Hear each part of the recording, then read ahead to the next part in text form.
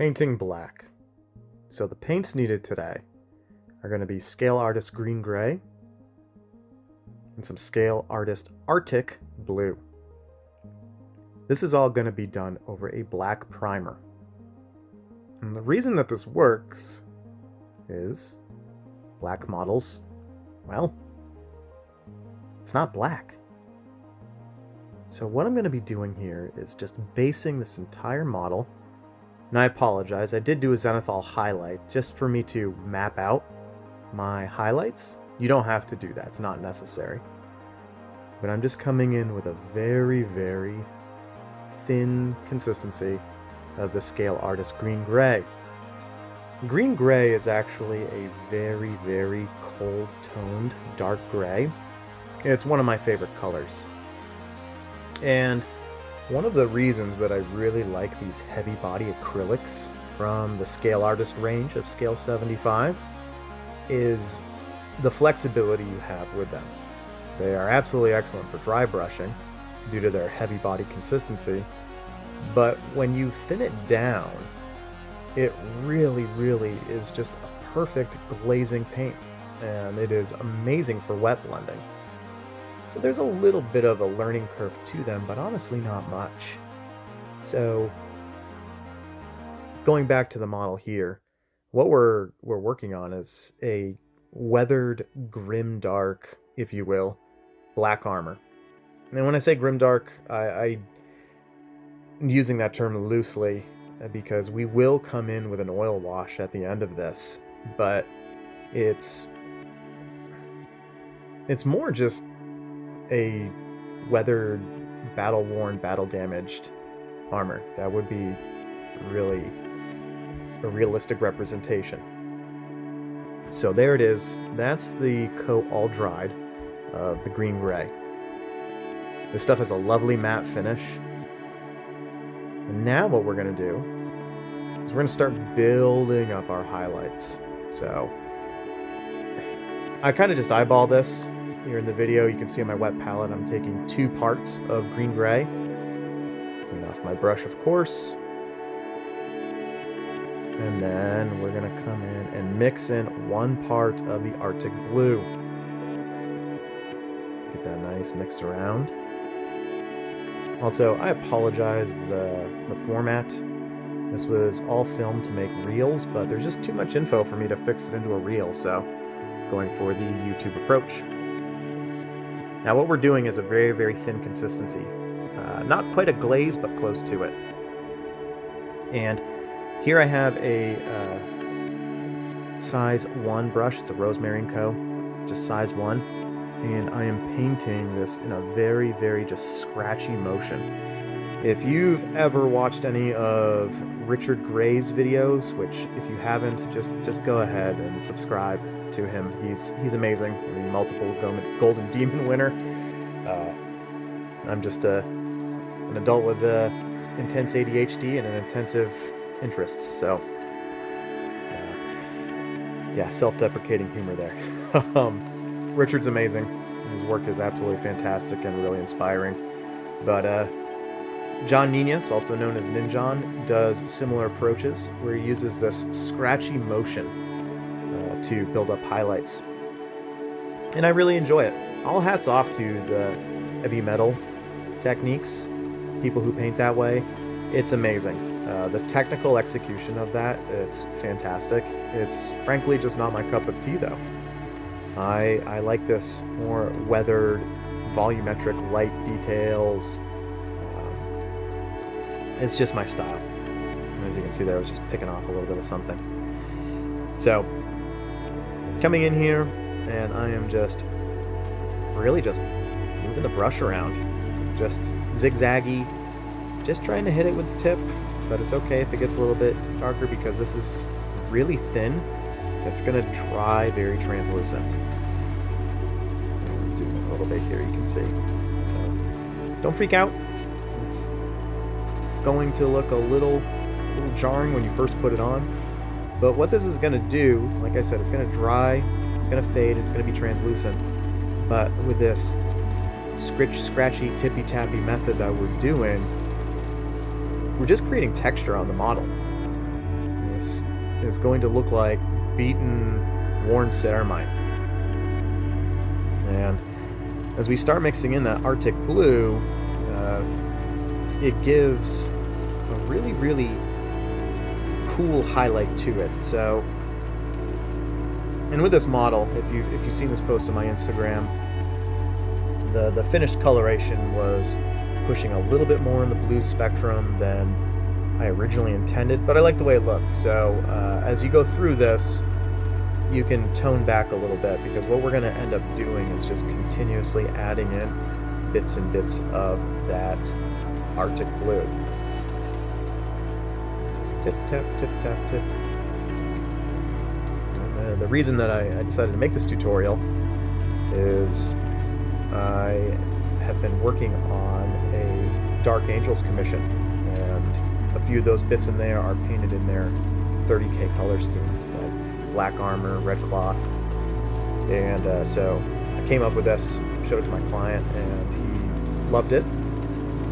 So I did the lion in this color. I did Zabriel, who's such a cool character from Lion, Son of the Forest. He was done in that color. And then a Redeemed Ancient was done in that color. So lots of folks really liked it, and they wanted to know how I did it, so here we are. Going back to the palette now, I put on some airbrush flow improver. This is big. Also, I really like to do this anytime I freehand anything. But I load up my brush with that flow improver, and then I put it in, here we have the pure Arctic blue. I wick a little bit off on no paper towel, you can't see that on screen. And once again, just very, very scratchy, very thin, but just working towards those extreme highlights in a scratchy motion. You want to just save the pure white for really the highest highlights. As you can see here, just hitting the top of that knee pad a little bit, using the side of it. So no more than that. Other than that, it's going to get a little wonky on you. Oh, looks like my camera went out of focus. Should come back in here. Apologies. There we go. And then just using the side of my brush, catching the edges. Always working towards the brightest highlight. If you're unfamiliar with painting, most people will tell you this when you're glazing, or really anytime you're painting, where your brush stroke ends, that is where most of your pigments end up getting deposited. So always work towards where you want your color saturation to end. Oh. Sorry for the jump transition, by the way. He got a little bit more color during stages. I took a break from the armor, added in some of the green on the cloth, did the bones and the metallics. Just kind of helped frame the black armor better, I felt. So, just put the brush into the flow improver. Okay, grab a little bit of that Arctic blue, dab off the excess onto a paper towel, and then just little scratches. You can even come over, as you can see I'm kind of doing here, outside of those highest highlights to represent tiny scratches. And eventually what I'm going to be doing, I don't think I caught this on video, but I do use just the pure Arctic blue without the flow improver, maybe just a tiny bit of the flow improver, I apologize. But use that to build up more intense scratches. And then I use some Pro Acryl satin black mixed with some AK Ultra Matte varnish just to bring down the satiny shine to it. It's just a really nice black. It's really easy to work with. But I didn't want the satin finish on the upper parts of the scratches to give that illusion of depth. So put your highlight color, little vertical scratches or diagonal, and then you can come in with that black and just give a little scratch of overhead, and that creates some depth.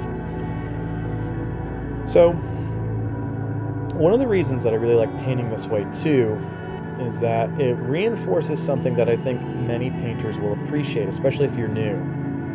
And it's the fact that while blends are important, and honestly, yes, we should strive to have good blends, but what's more important is just good volume placement, understanding where light goes. But I'm getting ahead of myself. So now we're going for our oil wash. If you know me, I love Smoke by Abteilung 502. So I'm mixing that with some mineral spirits here. Some of the Da Vinci mineral spirits get here Michael's in the States. Get it to that nice wash consistency. And we are going to just slather it all over this guy. As you can see, I've added in all the other details to the Mini, save for the OSL on the sword, but that's going to come after, because I want to unify everything. The smoke I really like because it's a dark warm gray, almost black. You get the point there. I jumped ahead. Just cover the whole thing. You don't need to watch me just slather it in there. I don't varnish beforehand. I think that's unnecessary for what we're doing. We're wanting to stain our armor. So I let it sit on there for about 30 minutes or so. And then I have these little sponges that I got also from Michael's. Really cool things. I know makeup sponges are all the rage right now. Sorry, I didn't go with that. I'm just going to put that in pure mineral spirits, dab off the excess on a paper towel, and then just very, very gently brush off that oil wash. Leaving it in the recesses. This is the reductive method. So you don't have to do this with the smoke. It's just Abteilung oils are absolutely incredible. They dry pretty quickly. The pigments are meant for miniature size, and they really blend so much easier with mineral spirits than, in my experience, some of the Winsor & Newtons that I've gotten. I don't enjoy working with those. The Abteilung have been great, as are the Soilworks by Scale Artist, or Scale 75, excuse me. And by the way, I'm not affiliated with any of these brands. Everything has been paid for on my own dime. I just enjoy using them. And when I got into the hobby, I really liked the Scale 75 purples and their golds when I was going for a certain recipe on my Custodes, which I now don't use any of those paints. I pretty much shipped it over to all Pro Acryl and some Scale Artist on the Custodes. But still, Scale 75 makes some great products. Here I am, just removing, dabbing. Now, once this is all done, what I do is I then take it in with a hairdryer, dry that thing off, and soon we're going to be seeing that finished piece. And really, the great thing about oils, in my opinion, is that you can't mess up. So on this skull, I left too much of the oil wash in the recesses, and it left some jarring transitions. So I just removed it. Added a little bit more mineral spirits onto the sponge, came in and removed it, and mineral spirits evaporate really quickly. So this is really the process, and the warm gray of the smoke kind of balances out that blue gray, in my opinion, and gives it some good depth and contrast. And yeah, that's it. It's a super easy way of doing black armor. I really enjoy it. You can make it as intense or unintense as you want. I was kind of rushing this mini. I really don't know why. It was for a contest, and I had till December 15th to do it. But sometimes I just get ahead of myself. Anyway, here he is.